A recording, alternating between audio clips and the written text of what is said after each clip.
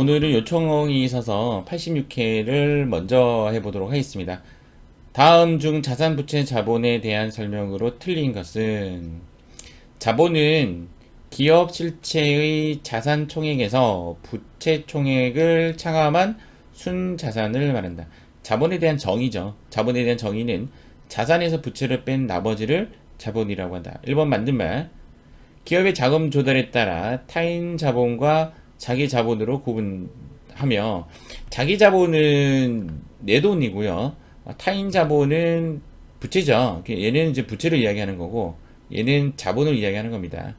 그런데 부채는 자기 자본에 해당한다. 틀린 말이죠. 부채는 타인 자본을 이야기하는 겁니다. 정답은 2번이 되죠.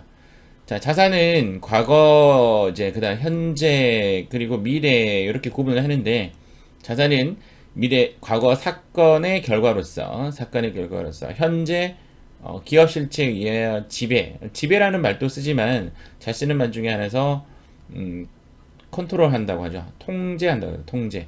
또는 기업, 자기 자산에 대한 권리, 권한, 이런 이야기도 씁니다. 그리고 미래, 경제적 효익의 창출, 효익의 유입이라는 말을 잘 씁니다. 얘는 유입이라는 말을 잘 써요. 유입할 것으로 기대되는 것을 자산이라고 한다. 3번 자본은 기업 실체 자산에 대한 소유권의 잔여 청구권이다. 이 맞는 말이에요. 소유주 것이다. 이런 말을 이렇게 어렵게 이야기한 거예요. 정답은 2번이 정답이 됩니다. 자, 다음.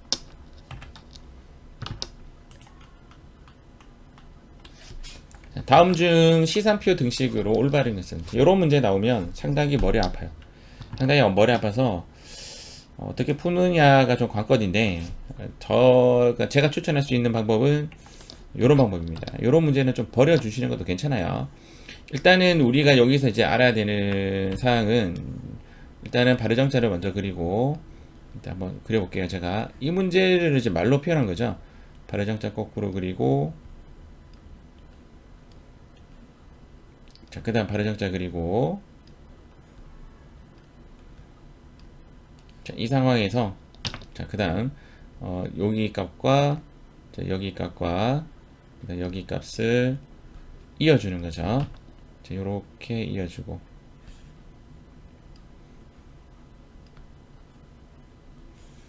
상당히 모양은 참 이쁜데 다루는 게 쉽지가 않네요. 그 다음 여기 한번 써볼게요. 얘는 자산이고 기초라고 하죠. 얘는 기초자산, 얘는 기초자본, 여기는 기초부채, 여기는 수익, 여기는 비용, 여기는 이익인데 이익을 일단 뺄게요. 여기 위에 없으니까. 여기는 기말, 자산, 부채, 자본. 이렇게 표현했을 때 얘는 수익 마이너스 비용이라고 할게요. 일단은 이익이라고 써도 되고 일단은 이렇게 돼요.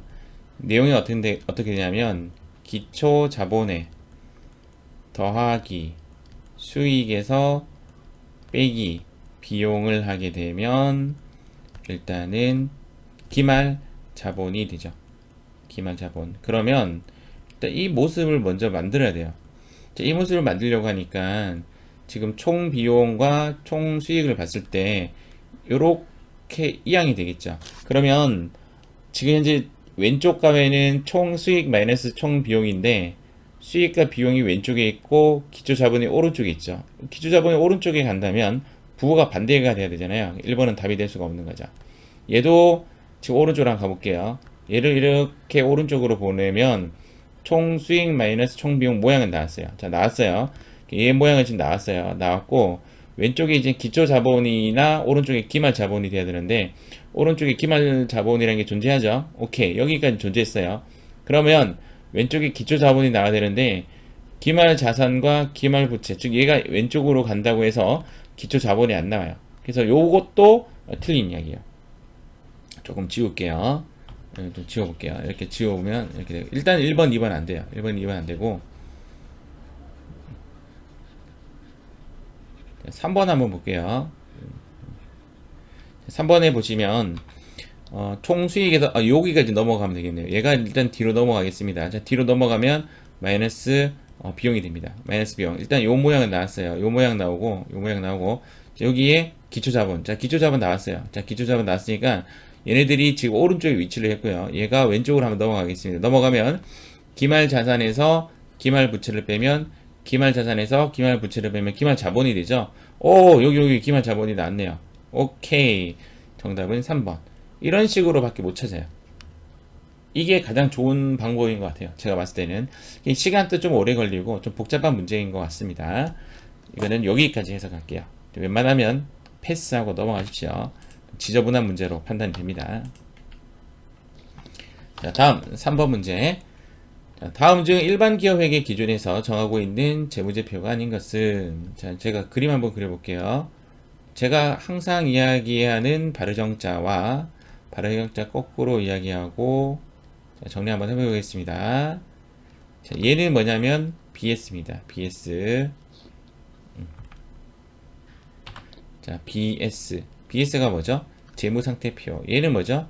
IS. 손익계산서. 자, BS에서 101번으로 존재하는 게 뭐죠? 얘는 현금이죠. 현금. 여기에 위치하는 얘 이름 뭐죠? 자본이죠. 자본. 그리고 제가 존경하는 사람 중에 한 명이 역사를 강의하시는 분 있잖아요. 역사를 강의하시는 분이 설민, 그 다음 뭐죠? 설민석이라고 하죠. 다시 한번 정리 한번 해볼게요. 발의정자는 BS. 자, 발의정자는 BS. 발의정자 거꾸로 하면 IS. 발의정자에서 101번. 또 빅스비가 반응합니다. 101번은 뭐죠? 현금. 발의정자 오른쪽 아래가 자본. 그리고 설민석이라고 했습니다. 요 5개가 재무제표 5가지입니다. BS는 뭐냐면 재무상태표. 자본이라고 하면 여기 자본 변동표. 현금하면 현금 흐름표. 석하면 주석. 정답은 4번이 정답이 됩니다. 여기에 학계산입산표는 일반 기업회계 기준에서 정하고 있는 재무제표가 아닙니다. 다음 4번 문제 가보도록 할게요. 다음 중 물가 하락 시, 자, 물가가 하락을 할 때 당기순이익이 가장 높게 계산되는 재고자산 원가 결정 방법은 무엇인가? 이 문제 어렵습니다. 이 문제 어려워서 이 표를 조금 기억하셔야 돼요. 자, 제가 한번 표를 한번 그려볼게요. 일단은 물가가 하락한다는 전제는 첫 번째, 처음에 사온 가격이 3,000원에 사왔다고 생각을 하고, 물가가 하락했으니까 두 번째 사온 가격은 1,000원에 사왔다고 생각을 하는 겁니다. 이게 물가가 이런 식으로 하락을 하는 겁니다. 물가가 하락을 했고요. 두 번째, 선의선출법이 있고 평균법이 있고 호의선출법이 있습니다. 전부 다 판매가는 10,000원으로 동일합니다. 10,000원으로 동일하고 매출 원가를 결정 지어야 되는데, 매출 원가는 여기에 들어가는 칸에 들어가는 숫자만 잘 고르면 나머지는 좀 쉽게 보여져요. 선의선출법에 의하면 3,000원이 먼저 들어왔어요? 1,000원이 먼저 들어왔어요? 물론 3,000원이 먼저 들어왔죠. 그래서 여기에 들어가는 원가는 3,000원이 되고요. 여기는 2,000원, 여기는 1,000원이 됩니다. 그래서 이렇게 빼면 얼마가 되냐면 7,000원, 8,000원, 9,000원. 자, 여기가 이익이고요. 그 다음 물결표 한번 쭉 한번 그으시고, 여기에 남아있는 재고는 3,000원짜리가 판매가 되었으므로 남아있는 재고는 1,000원, 2,000원, 3,000원의 재고가 나옵니다. 현재 우리가 물건을 산다면 1,000원에 사올 수가 있는 거죠. 그래서 이렇게 좀 표시하고 문제를 해석 한번 해볼게요. 자, 물가가 하락한다는 말은 제가 지금 현재 이렇게 표현했습니다. 자, 물가가 하락을 한다면 당기순이익. 이익은 어디 쪽이냐면 여기 쪽이 이익이죠. 여기가 지금 이익 쪽이고, 이익이 가장 높게 나타난다. 자, 가장 높게 나타난다. 가장 높게 나타나는 방법은 여기서 가장 높은 게 얘죠. 얘가 지금 가장 높게 나타났죠. 가장 높게 계산되는 재고자산 원가 결정법은 정답은 4번이 되죠. 문제에 대한 것은 여러 가지가 나올 수가 있어요. 다음 중 매출 원가가 가장 높은 것은 하면 선의선출법이 정답이 되고, 지금처럼 단기 순이익이 가장 높은 것은 하면 후이선출법이 답이 될 수가 있고, 남아있는 재고가 가장 높은 것은 하면 후이선출법이 답이 될 수가 있고, 손익계산서의 흐름이 가장 정확한 것은 하면 현재 매출액에 현재 매출원가가 대응이 되는 것은 후이선출법이 답이 될 수가 있고, 남아있는 재고가 현재 가격을 표시하고 있는 것은 하면 선의선출법이 답이 될 수가 있어요. 질문은 여러 가지가 나올 수가 있는데, 이 문제를 안 틀리고 좀 풀 수 있는 방법은 이 그림을 재빨리 그리는 겁니다. 제가 살짝 빨리 한번 그려볼게요. 물가가 하락한다고 가정 말고 물가가 상승한다고 가정 한번 해보겠습니다. 물가가 상승하는 가격은 처음에 1,000원에 사오고 3,000원에 팔고, 선, 평, 후 현재 매출가액은 만원, 만원, 만원. 그 다음 빼기 얘를 그릴 건데, 현재 여기에 들어가는 글자가 중요하다 그랬죠?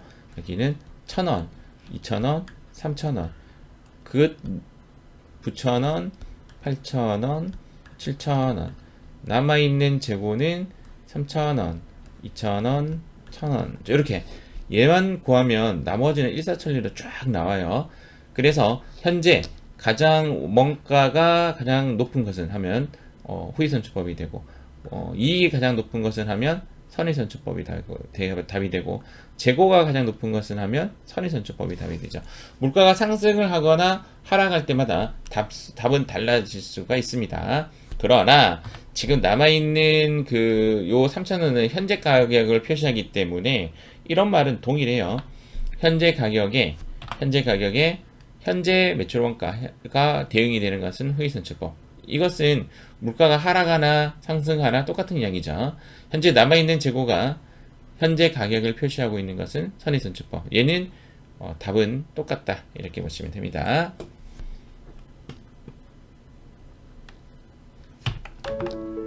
자, 좀 끊어가도록 하겠습니다.